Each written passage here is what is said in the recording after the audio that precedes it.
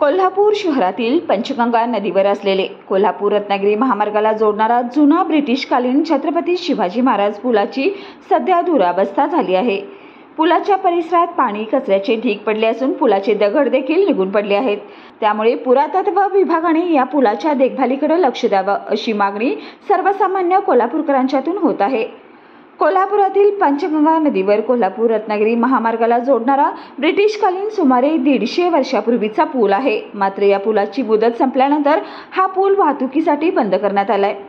गेल्या काही वर्षापासून येथे नव्याने उभारण्यात आलेल्या पर्यायी पुलावरून वाहतूक सुरू आहे। जुना पूल सध्या दोन्ही बाजूला बॅरिगेट लावून बंद करण्यात आलाय। मात्र गेल्या काही दिवसापासून जुन्या शिवाजी पुलाची दुरावस्था झाली आहे। या पुलाच्या परिसरात अस्ताव्यस्तपणे कचरा पडलाय। जुन्या पुलाचे दगड देखील निघून खाली पडलेत। इथे रात्रीच्या वेळी मद्यपी बसून दारूच्या रिकाम्या बाटल्या, स्नॅक्सची पाकिटे तशीच टाकून जात आहेत।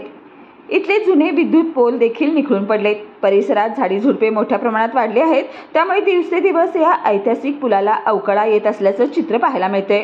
पुरातत्व विभागाने या जुन्या पुलाच्या देखभालीकडे लक्ष द्यावं अशी मागणी कोल्हापूरवासियांच्याकडून होत आहे।